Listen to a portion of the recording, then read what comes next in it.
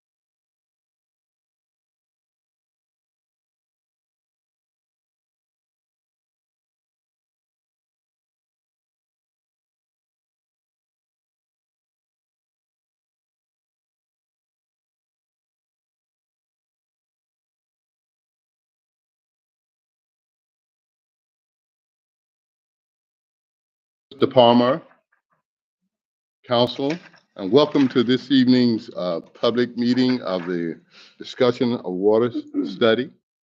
And we can begin by having our roll call, please. Mayor Neal, Here. Councilman Stover, Here. Councilwoman Woods, Councilwoman Stein, Here. Councilwoman Wright, Here. Councilwoman Baker, Here. Councilman Clancy. Here. Okay, thank you. Item number 2, the invocation. Councilwoman Wright, bless us with the invocation, please. May we bow our heads. Good evening, Heavenly Father. We come to you once again. Thank you for everything you have bestowed upon us. Thank you, Lord, for bringing us out to this meeting. Let us be hearers and doers of the word, Lord. Lord, let us hear what they have to say, that we can have things done decently and orderly in this town. Thank you for everything you're doing for us and what you have yet to do for us. These and other blessings we ask in your most precious and holy name. Amen. Amen. Allegiance. I pledge allegiance to the flag of the United States of America and to the republic for which it stands, one nation, under God, indivisible, with liberty and justice for all. Thank you. Item number 4, could I get a motion to adopt the agenda for this evening? So moved.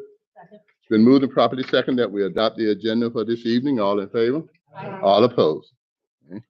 Item number 5, we can begin the discussion with Mr. Palmer from Hayes and Sawyer, sir. You may take the podium there. Good evening. Thank you, Mayor and Council, for having me here. Looking forward to talking to you this evening about the water supply study that we conducted for the town over the past several months. I understand that Philip is unable to be here this evening, but it's been a pleasure to work with him. So with that, if you would go ahead and go to the next slide. Just so you know where I'm headed this evening, I have an agenda laid out here.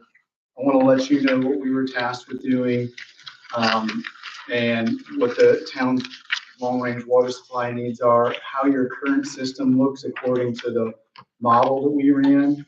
And then in items 4 through 7, I'm going to get into some of the other alternatives that have been looked at in the past. Our main charge has been to look at an off-stream storage facility for augmenting the town's water supply. That's where we'll really get into it in number 5. We have a conceptual level cost estimate, description of some of the permitting requirements that we think will be required, and a discussion of next steps that may come after that. So we can go ahead and go to the next one. So scope of study that we were given was we were tasked with getting up to speed on the regional water supply situation. Philip provided us with several reports that have been done for the town and for the county in the recent past. Then we have gone ahead and evaluated the conceptual feasibility of an off-stream reservoir, or sometimes called off-stream storage. And we're tasked with providing a high-level overview of how that might proceed. What are the obstacles to designing it? How big would it need to be? What are the permitting requirements, and some high-level costs?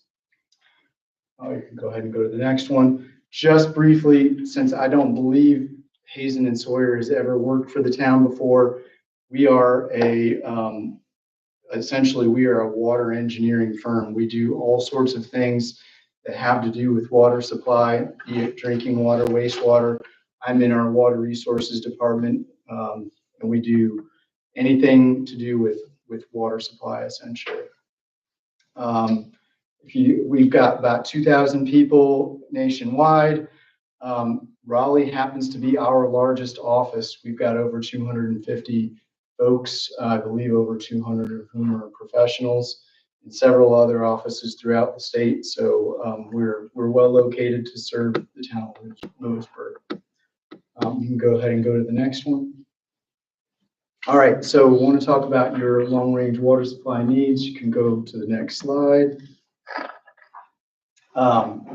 This chart here shows the population on the y-axis, and time, of course, on the x-axis. The dots are showing historical population served by the town's water supply.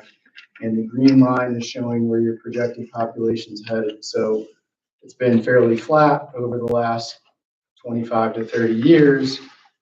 And now all of a sudden the forecast is calling for growth. So I can understand why you would want to be studying the water supply issue now. If you go ahead and go to the next one, my understanding is that this growth forecasted in the green line is a bit of a change from where the local water supply stood 2 years ago. And just so everybody knows, the 2024 local water supply plan doesn't get submitted until 2025. So that green line is really, it's the most recent that the town has submitted to the state. That growth is in accordance with what I see the Office of State Budget and Management projecting for Franklin County overall. So it's plausible that you're going to grow. If you would go ahead and go to the next slide. We looked at that number, that growth number out to about 8,000 in 2070. That's really only about 40 homes a year, just to give you an idea of what it would take to see that kind of growth. With I can't remember what the number, 2 or 2.5 persons per home. It seems like it's a very plausible number. From what I understand, I am not a demographer. What this means for your water supply is plotted in the purple line here, the orange being the historical average day demand, so average for over the course of calendar years here, and the purple is what is being forecast in your local water supply plan. If you go ahead and go to the next slide, it's also relevant to discuss what those peak days are. The MDD means maximum day demand. That's the highest demand in the X's that you've seen historically in those calendar years. And so they're quite a bit higher, and your system needs to be able to meet those peak needs. If you go ahead and go to the next slide, typically we see the peak day is going to drive your water plant size. The water plant needs to be able to produce enough drinking water to meet those peak day needs. If you are going to build a reservoir or something with long-term storage in it, that typically is driven by that average day, or the purple line. So it's the lower number that we principally focused on when we're talking about building an off-stream reservoir for the town. If we break that down, and I should have mentioned on the last one, so we end up at about 2.6 million gallons per day in 2070, given these projections. And right now you're just under 1 million gallon per day. So it's a little over 2.5 times what you're producing presently. And we broke this down and looked at what are the various sectors, and these are part of your local water supply plan. Hazen and Sawyer did not produce these, but these are what we are using for planning purposes. So you're selling quite a bit of water. You're selling about 500,000 gallons per day to the county at present, and that is, I believe, maintained fairly consistently throughout the planning period through 2070. One of the areas so not only are you forecasted to grow in terms of residential population, but there has been an allowance put in here for industrial growth. And what Philip tells me is that is consistent with your comprehensive land use plan. So I do want everybody to be aware of that currently it doesn't appear that there's much industry in town, but we are planning for up to 1 million gallons per day to supply future industries. So that's a big component of that 2.6 million gallons per day in 2070. What that would look like without that industrial growth, if you go to the next slide, would be about 1.6 million gallons per day. Okay, so that would make a big difference in the size of this reservoir. But for the sake of our study, we're looking at that 2.6 million gallons per day need. Go ahead, you can go ahead and go to the next slide. So to summarize, your local water supply plan and population forecast have gone up. It's consistent with what the state is forecasting for the county, at the county level. And the state forecast at a county level, not at a municipal level. We've taken our cues from the planning from the local water supply plans that the town submits to the state. Again, I pointed out on that last slide, the industrial component is a big part of that 2070 need. And as I pointed out earlier, that peak day need drives the water plant size. Currently, your water plant is 2 million gallons per day. If growth occurs according to this forecast, you would need a little over 4.5 million gallons per day of production capacity in 2070. I think that's good for this slide. So we can go ahead and go to the next one. While I'm here at this break, I want to point out that there's a copy of the slides at the back of your report. It's the last appendix. So if you need to make notes on anything, I apologize that I didn't mention that earlier. So now I'm going to talk about your current water supply system and the yield that we calculated from a hydrologic model that we have available.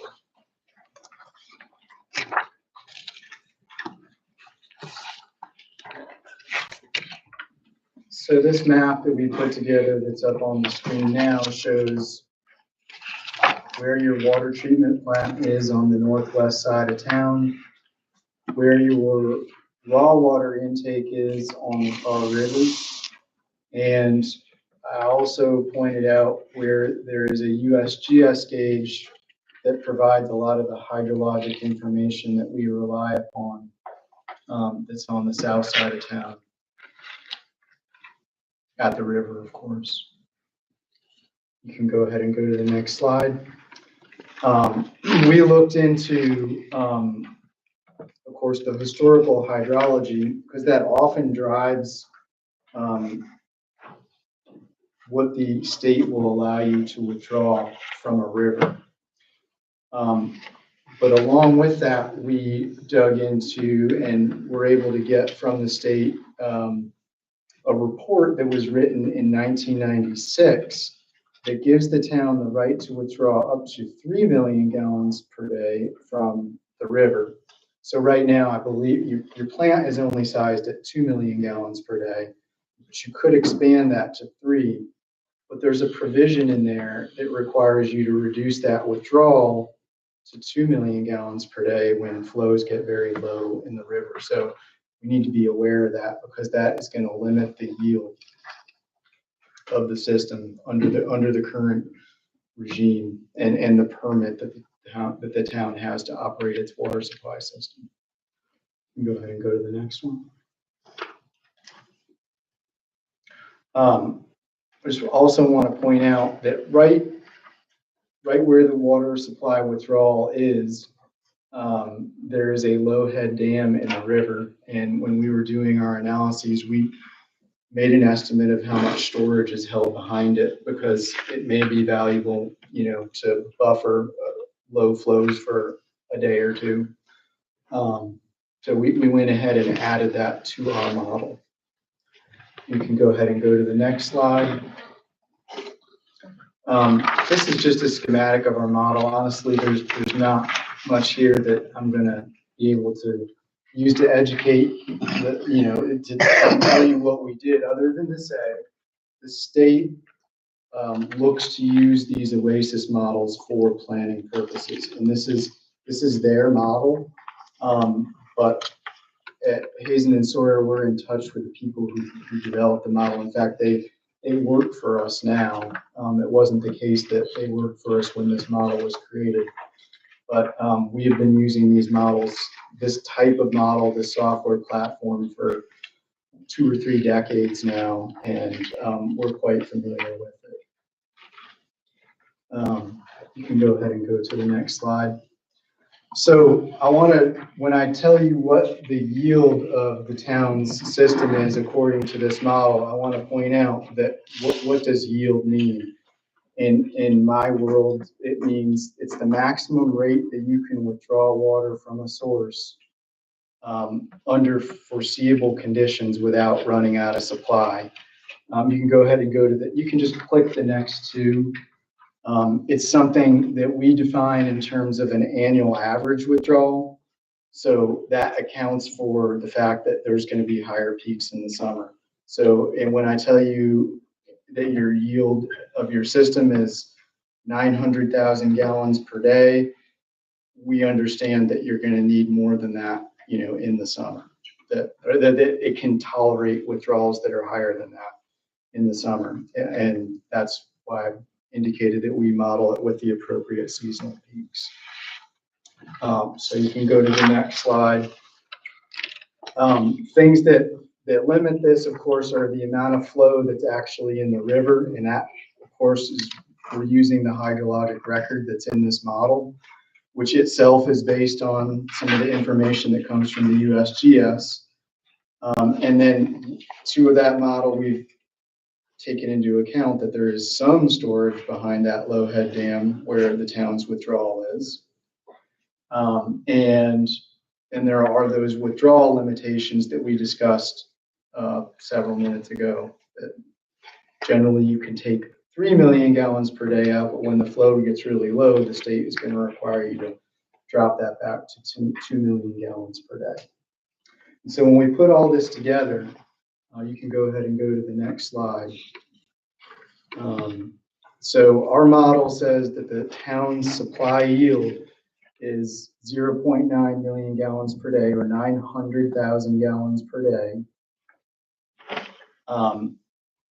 And that is right around where the town is operating right now. So, it suggests that if there were a repeat of the drought that occurred in 2002, the town could have difficulty meeting its supply needs. You can go ahead and go to the next slide. Again, this is a summary of what I just presented. You've got that 2 to 3 MGD withdrawal right, but there's a limitation, at least according to the model, of how much you would get in a repeat of the worst historical drought, which was in 2002. However, town staff that we were able to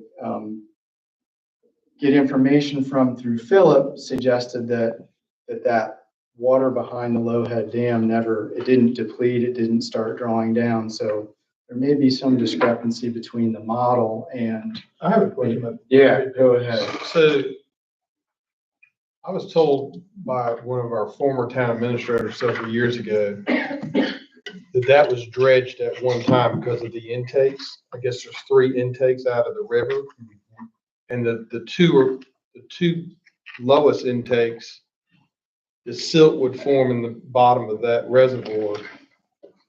Do we know that's been dredged in the last 20 years? I do not. I wasn't told that, and but that would be good to know. And the other thing that I would say is, because this is a low head dam on a relatively large river for the size of the dam, you could have a storm event that deposits a whole lot of sediment there, and our estimate of how much is stored behind it could change drastically based on several storm events. It does. We used a FEMA model to estimate how much storage is behind there. It's probably not a perfect estimate. One of the things that I thought about recommending was to do some sort of bathymetry, figure out how much storage is there. But I'm not sure that that's a great use of money, because of what I said before, is you could have a storm event that drastically changes that, either sweeps a bunch of the sediment over the dam or deposits a bunch more. I don't know if it's a it's a great use of the town's funds at this point. But it's something that I would like to know, but I know it costs money to do that.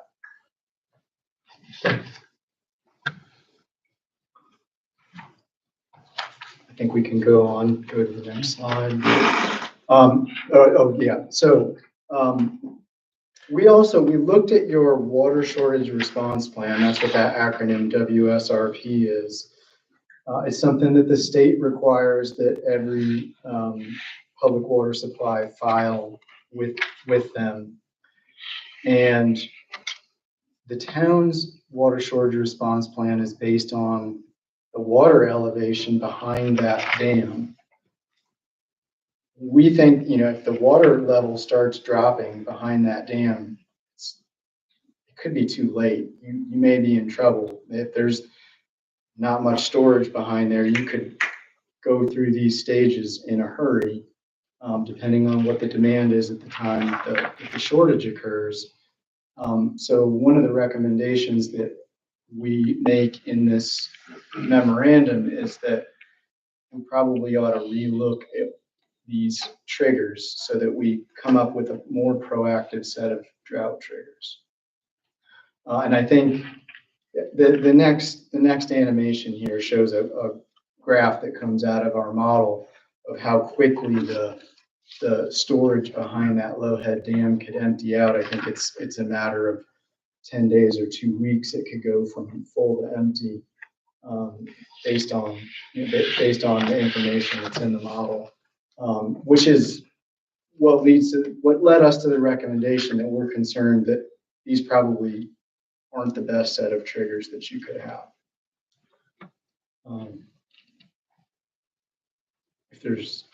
We can stop now and discuss it, or we can wait till the end. But I'm happy to take questions. What are the effects of global warming going to be on these estimates? I think that's a great question. We do modeling with climate change hydrology, but I will tell you that this is a practice that I would say there are wide error bands on it. We have a lot of clients that do want to take a look at what these climate models tell us, but there's dozens, if not hundreds, of them out there, and nobody can say, which one is more likely to represent future reality than Like any a other. spaghetti plot for hurricanes? Yeah, I would, but yeah, with maybe worse than, I think hurricane forecasts are a lot better than these climate hydrology forecasts are. And those effects could go either way, right? Effects in this region could go either way. Yep. I've worked extensively with 3 of them where we kind of tried to pick one that was hot and dry, one that was cooler, not cooler, but less temperature rise and more increase in precipitation, and one that's kind of in the middle of all the dots, all the other models, just to find a central tendency. And yeah, there's a big difference between which one you pick. Sir, other than drought, what are the other factors that could impede our water? Well, one of the other areas of vulnerability that I think the town has as a run-of-river water supply is that if there is a contamination event upstream, it's inevitably going to reach your intake, and you could be forced to shut it down for a while. So it's not a unique vulnerability. Any community that operates off of a run-of-river intake has such vulnerability unless they've got a particularly big raw water reservoir right next to the water plant that could allow them to get through for a few days while the contamination event passes. You don't have that advantage. But it is possible that this off-stream reservoir concept that we're going to talk about in a few minutes could serve that purpose. So currently, how much storage of water do we have now? I mean, Do we it's, operate, other than, do we have a facility, or I'll call it a bladder, that houses water for us? no, you don't have raw water, untreated water storage other than what sits behind that dam now, which of course is subject to whatever flows downstream. Okay. And then again, I'm not super familiar with your distribution system, but there are requirements for treated water storage. I think there's some clear wells, and you probably have elevated storage tanks around town that would have whatever the state requires, or maybe somewhat more than that, for finished water storage, which I'm guessing is in the range of a day or two. But I don't know. So I am speaking out of ignorance with respect to how much treated water storage the town has. Yeah. Are there any periods of time where you should monitor this sediment as it accumulates there, suggested time, based on the river flow, or a standard time one should do that? The sediment that's stored right behind that low head dam, Yeah. I think it could change from storm to storm. And I don't know how plant staff manages that. I do know as Councilman Clancy said, there's several levels of intake. So I guess if the lower ones get silted up, they can pull out of one that's somewhat higher. But I would say after a particularly large storm event, if we have a hurricane that goes through, and anecdotally or this plant staff noticed that they're having trouble pulling water in from the lower intakes, yeah, it's probably a good idea to go out there and survey it. I imagine that's the kind of thing that they do. Probably a good idea to proactively check with them just to see what they have in place. So describe what, the state of the current supply system that you have, and then we're charged with looking at this off-stream reservoir concept. But I want to go through some of the other alternatives that have been looked at before. And groundwater supplies are always one that folks want to know about, because many people probably out in the county that aren't in the town rely on privately owned drinking water wells. They tend not to work well for municipal supply in this region. And that's because of the nature of the aquifer is literally just a fractured bedrock. There's not a lot of storage in it. It's not like sand that can soak up a lot of water or other porous type of soil. And that's true really throughout the Piedmont. You won't find any systems as large as yours or larger that rely upon groundwater, at least not exclusively. I put some figures up here. My junior engineer looked up some of the well yields that were on the state's website. 20 to 40 gallons per minute was typical. You need a whole lot of them in order to meet your needs, and it would be, I think it would be infeasible to do. I've not heard of a system as large as even the town of Louisburg meeting their water supply needs in the Piedmont in this part of North Carolina from a groundwater source. So we looked at that. I don't think it would be feasible. You can go ahead and go to the next slide. So on-stream reservoirs are something that, of course, have been studied for a long time. The Army Corps of Engineers had a study that goes back all the way to 1931, where they identified a number of sites in the Tar River Basin that are all east of the town of Louisburg. And they looked at this, and even back then, they decided that it was not economically justifiable. I believe they went back in 2023 and looked at a couple of sites as well, and they again recommended against them. I will say that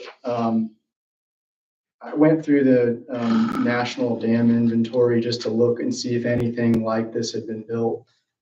There's nothing that's been built on a watershed that dams up the main stem of a river as big as the Tar River that I could see. I mean, it's fallen out of favor. There's environmental concerns with it. It's exceedingly expensive. It would be a real uphill battle to permit something like that. Which is why off-stream, which means you're not putting the dam on the main part of the river, has become more favorable as of recently. And when I say recently, I mean the last couple of decades. You can go ahead and go to the next slide. We took a look at the county's water supply master plan that was finished in 2020.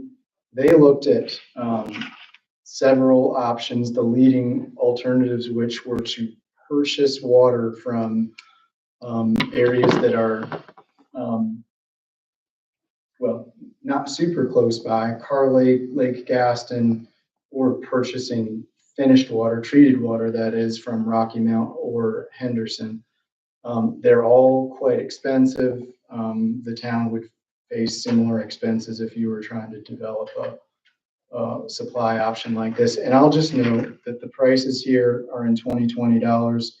If anybody follows what's happened to construction prices since the pandemic, they are several multiples of this at this point in time. And that's something that we could look at in more detail in a next phase if the town's interested in getting a 2024, what probably will be $20-25 estimate for what these types of purchases would cost.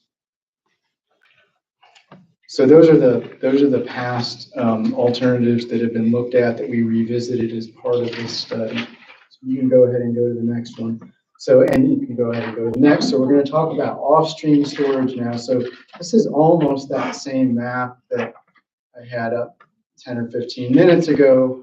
Now I've got a little reservoir icon shown to the west of town. Just go ahead and advance a couple clicks through here. So the idea here is that when the flow in the river gets low, you would release water from an off-stream reservoir to supplement the supply that's available to the town in the river. And then when flows are high in the river, you can go ahead and click a couple more. I'm usually driving this myself, so it's easy, so I apologize. I have to ask. Yeah, so when the storage is low, when the flow is high in the river, you would refill that reservoir. We have permitted similar systems through the state. The state looks upon this type of concept favorably. That is my recent experience. And the state has defined quote high flow as anything above the median. Median being that's something that happens half the time. So there's a lot of opportunity to withdraw raw water from the river when the flows are at least normal to refill off-stream storage so that it functions well. So we put this type of system into our hydrologic model with the goal of meeting that 2070 average day demand of 2.6 million gallons per day. Again, of course, that's including the sale to Franklin County at 500,000 gallons per day and that 1 million gallons per day of industrial use that might show up at some point. You can go ahead and go to the next one. So what our model suggested is that you would need a reservoir that's got, and I apologize for the units if they're not familiar to folks, 450 acre foot reservoir. It's about 150 million gallons. It's not a huge reservoir. Not a huge reservoir at all. It's not tiny, but and it's not cheap, but it is feasible. Certainly feasible. And that would help you endure a repeat of the 2002 or 2007 drought. So Philip directed us to look at a parcel to the west of town. I think many of you are familiar with this parcel. We identified several areas where you could put a reservoir of this size, and this map here is just there so you can get an idea of how big it might be on the map. I think these sites are roughly 30 acres. And I believe the parcel itself was about 1,000 acres. So it would not take up all the parcel at all. You can go ahead and go to the next one. So I've talked about the technical concept, and now I'm going to present some costs.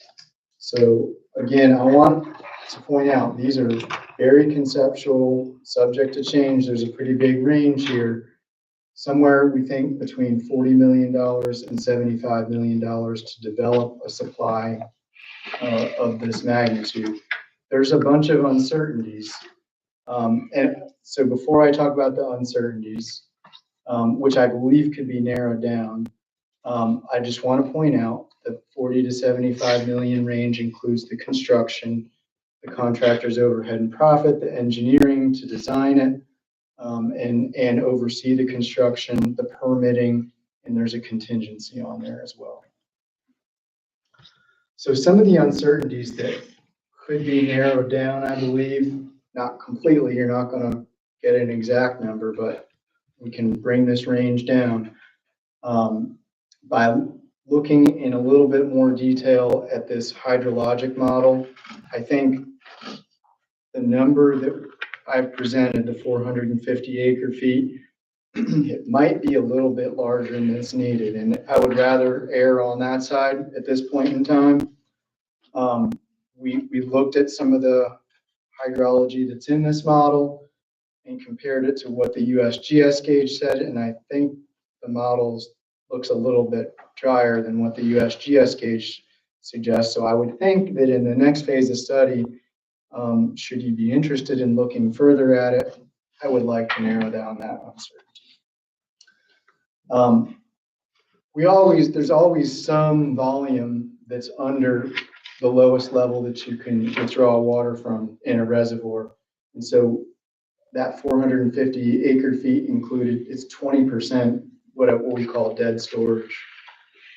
I think there's probably a way to design a reservoir where there's less. And that's typically when I see reservoirs designed these days, the dead storage is not that big. But again, this is conceptual. I'm trying to be reasonably conservative so I don't promote an overly optimistic outlook here.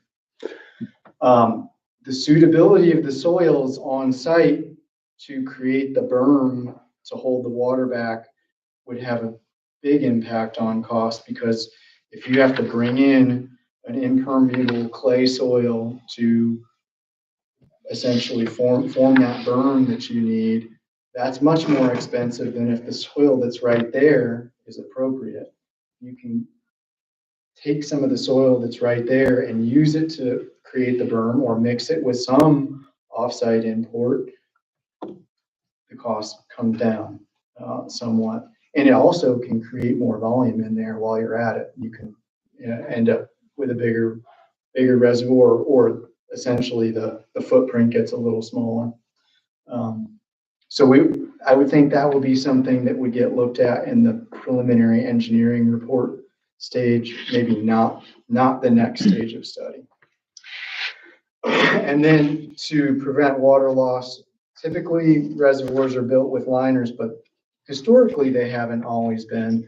We've got a liner cost in there. I believe there's a line item, I think it's in Appendix E roughly in your report, that shows what all these costs are.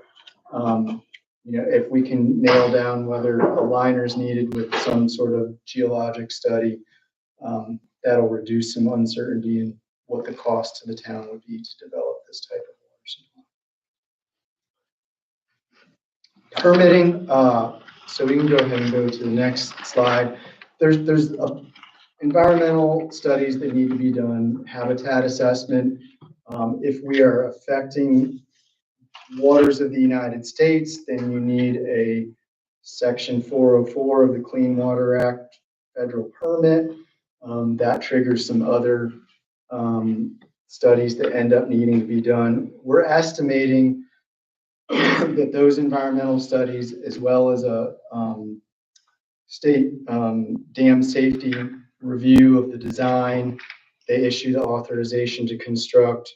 All that would be about $250,000. The other thing to be aware of is just for the timeline is staff that I spoke with at the state said that you do need to have another water supply watershed for the reservoir itself. It's not, I don't believe it will be particularly difficult to obtain that, but it's a time-consuming process because it's rulemaking at the state level. It takes about 3 years.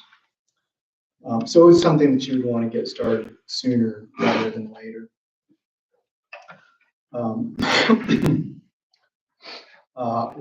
Okay, so that is basically, that is the information that I have for you. There's some recommendations that we have at the end here.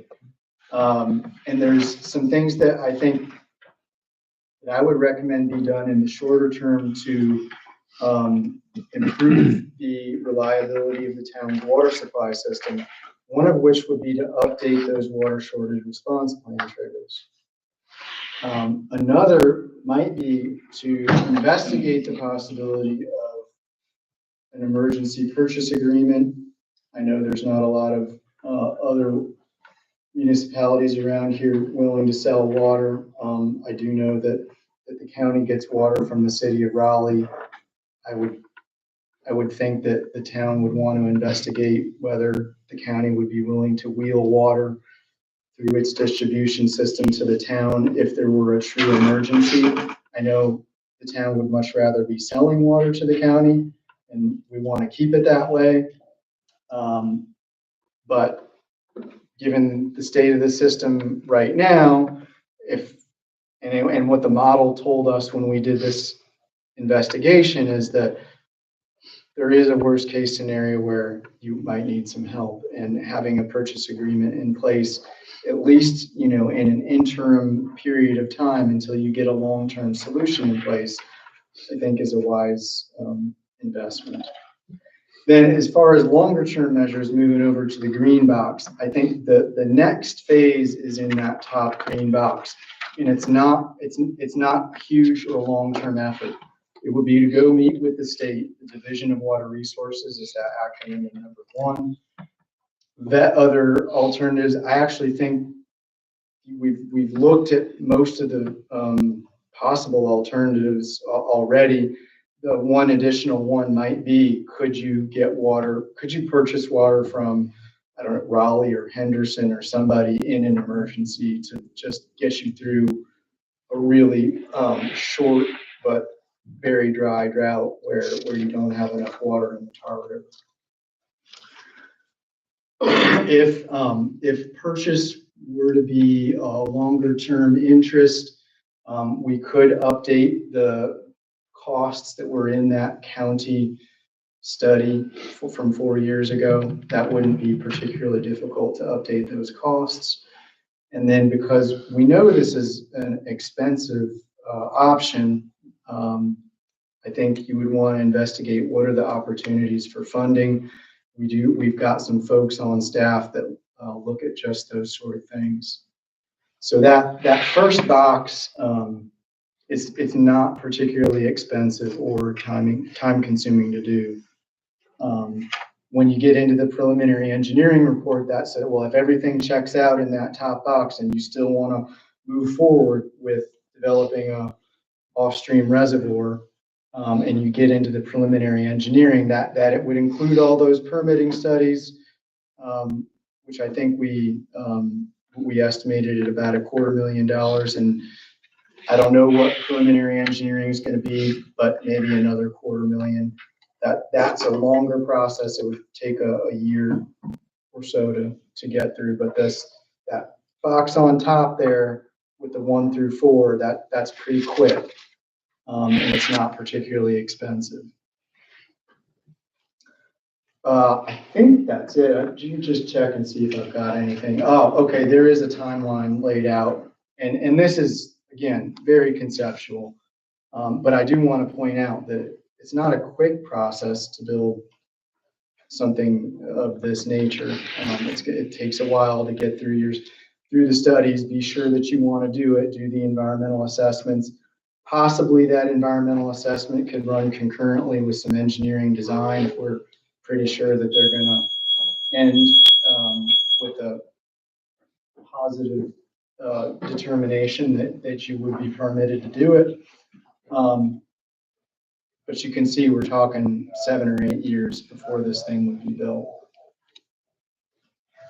So what would the, say, pretend tomorrow we start this process, we have a reservoir.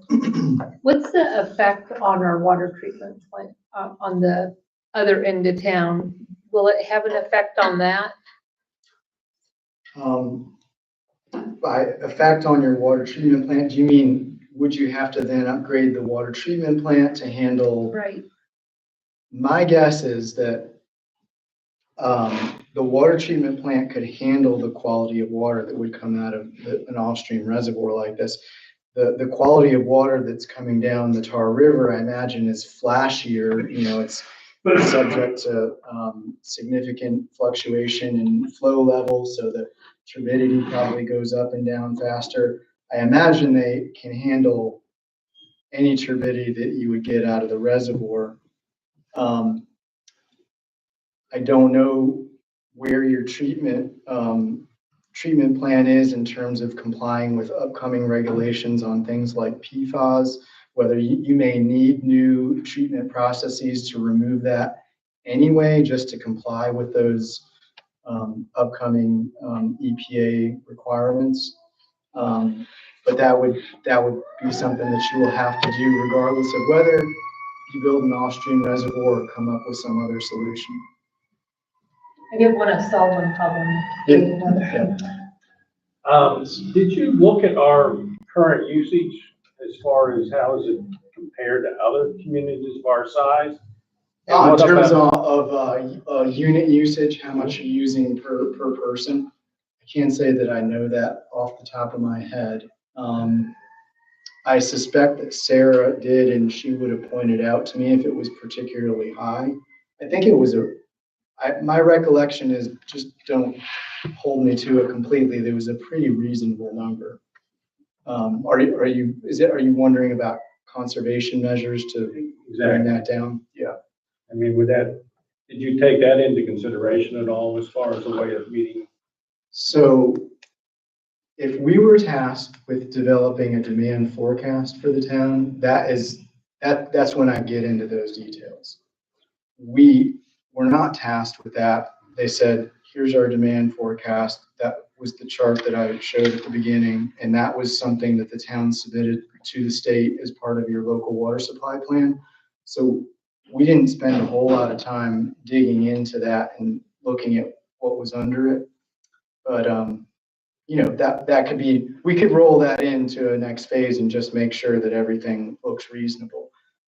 Nothing stuck out to me as looking concerning.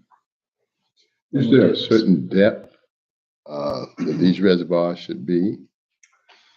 So I think it's going to be literally site specific. I think, you know, the staff that looked at these, you know, they put a, you know, virtual berm around there and looked at the topography. I'm not sure if that map actually has the topography lines on there or not, but I think they were, you know, they were at least 30 or 40 feet deep at the deepest point. Okay. And they have to, and we assumed that they would have 5 feet of what they call freeboard, which would be, you wouldn't fill that last 5 feet. And that's a requirement that we generally see from the dam safety folks. But if you go forward and get into it, that was something that would be decided during that preliminary engineering report phase, that PER phase.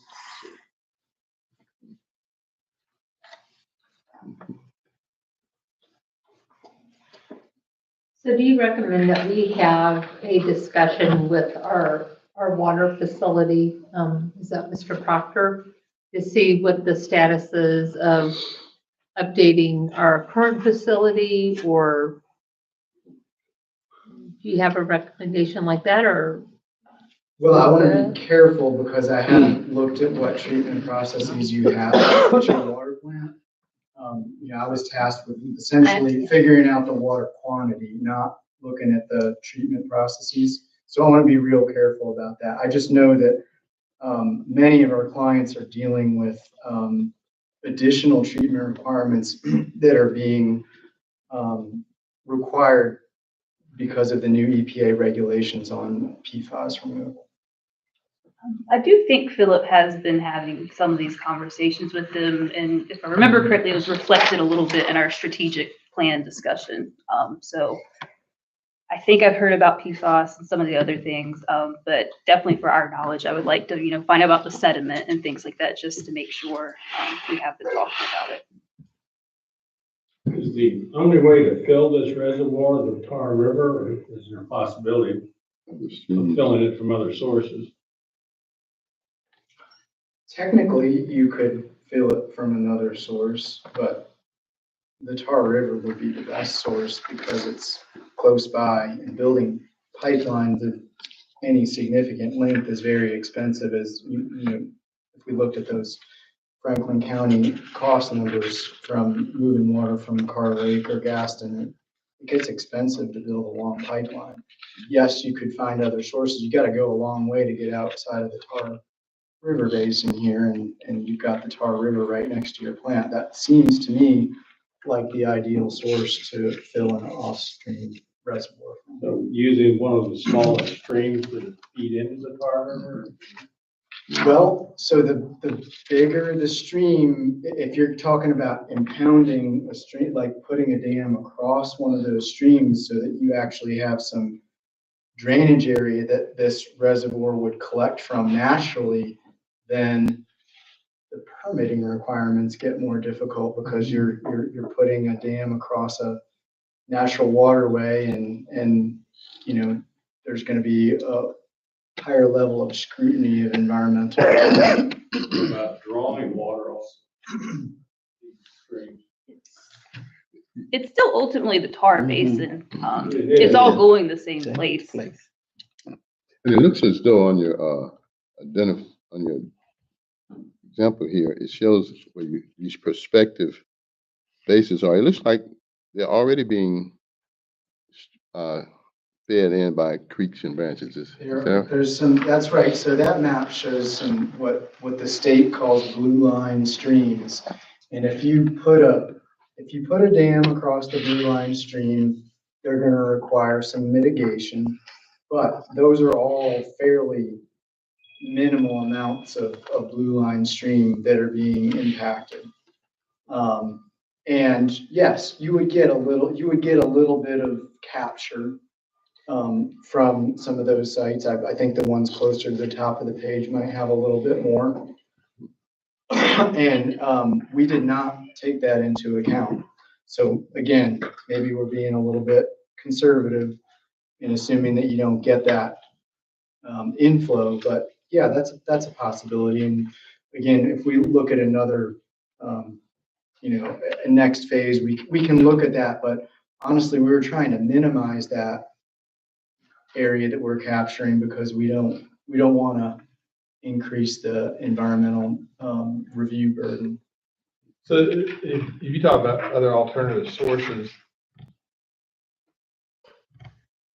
like, this is going to sound gross, but they say our treated sewage that we discharge into the Tar River is a better quality drinkable water than what so instead of discharging it into the Tar River, could we discharge it into a reservoir to supply the reservoir? Are we not legally bound to release it downstream?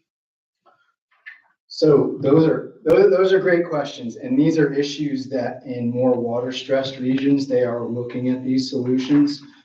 We don't live in a Western state where we're being forced quite as hard to look at reuse solutions. That's called water reuse, and the state hasn't developed regulations for it. So that's where we're behind, and so. I have heard other clients say, hey, our treatment process is easier when it gets dry, and most of the river is effluent from the upstream community. You're correct, because the quality of the treated wastewater is generally really good these days because of all the incremental improvements that have been made in nutrient removal. I think it's a great resource, but I can't stand here and say that's what we should pursue, knowing all the regulatory changes that need to happen in order to make that a reality. But you're correct. It would be a good source. But then there are additional treatment processes that will be required either at the wastewater plant or at the water plant, depending on how you set it up, in order to make that a safe and reliable source. And Kim, did I answer your question? I think so. I may be misremembering something, but I feel like in our conversations, we discussed that there's a certain amount we have to put back in for the downstream communities. Yeah, that could be. I know that sometimes their withdrawal permits are contingent upon releasing a certain amount. I don't think I have further questions, but I do really like the plan. It's nice and tidy, and it seems very conservative on all fronts. And that's what we want to know, what we have to prepare for. We don't want to assume. It's better to have it and not include it in the equation and then be surprised 4 years from now. So I'm very pleased with this.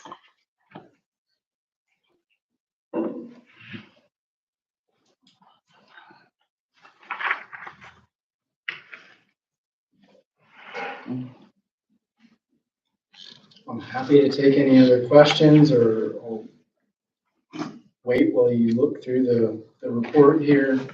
Or of course you can pass questions on to me later as well. If you want to contact me directly or through Philip, that would be just fine. Thank you. Any more questions from the council? You're very welcome. All right, thank you. Pleasure. Thank you. One quick question. You said you did have people in your firm that could help with the finding and applying for grants to help with this? Yeah, Tim Devine in our office is a utility financing expert, and I've asked him, he's told me that he thinks off-stream reservoirs are generally low priority for state revolving fund loans, so he's concerned that he would have to dig a bit deeper in order to find something, but he's more than happy to help the town out. This is a personal question. I've gone fishing in a lot of reservoirs. Would this at all be possible to be a recreation source also, or would it be mainly just for the water usage? I think so. You know, I'm not an expert on what we'd call, a multi-purpose reservoir and when it's okay to do that and when it's not. I think it is it's generally up to the town how to set that up. I know boating is very often allowed on these. Sometimes they don't want folks swimming in them. They don't want to have people have direct contact, but of course, Raleigh uses Falls Lake and you can swim and boat and fish in that's a federal project.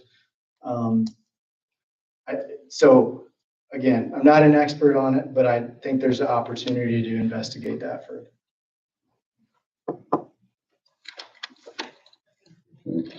Absolutely. All right, Mr. Palmer, thank you so much for coming out. Thanks again. And if there are any other questions, we'll have Philip follow up with you. Great. Okay. All right, guys. No other questions. Item number 6 is there. Could I get a motion to adjourn? So moved. Second. It's been moved and properly second that we adjourn. All in favor? Aye. All opposed? Okay. Thank you, council. And thank you, citizens, for coming out as well.